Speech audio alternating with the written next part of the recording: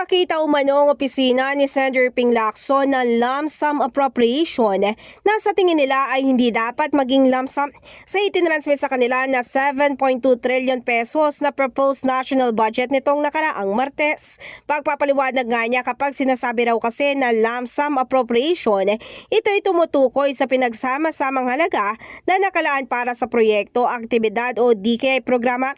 Maliban pa nga rito, ayon kay Lacson, tumutukoy din daw ito sa grupo ng proyekto na hindi na nga kailangan pang idetalye ang breakdown ng presyo.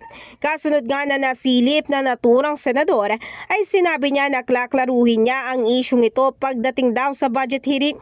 Git pa nga niya pinapayagan lang ang lump sum appropriation sa mga calamity funds dahil hindi naman daw matutukoy kung kailan tatama ang isang kalamidad. Samantala pagdating naman sa usapin ng infrastructure project, questionable raw itong gawin dahil dapat maipakita ang detalye. Kamakailan nga tiniyak ni Senator J.V. Ejercito na siyang chairman ng Senate Committee on Finance na pananatilihin nila ang reformang sinimula ni Senate President Win Gatchalian, katulad nga ng paggamit ng Budget Transparency Portal at maging pagsasapubliko sa bicameral conference. Ako bilang chairman ng bagong chairman ng Finance, reforms will continue. No, of course, yung accountability, yung safeguards will always be there as an offshoot of the biggest scandal dun sa flood control. Hindi na ho mangyayari muli yun.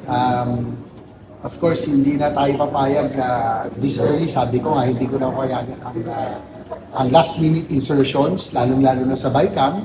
No more amendments or insertions during BICAM. Mangyayari lang amendments or insertions during plenary. In the heart of changing lives, ako si Brigada Ann Cortas ng 105.1 Brigada News FM Manila, The News Authority.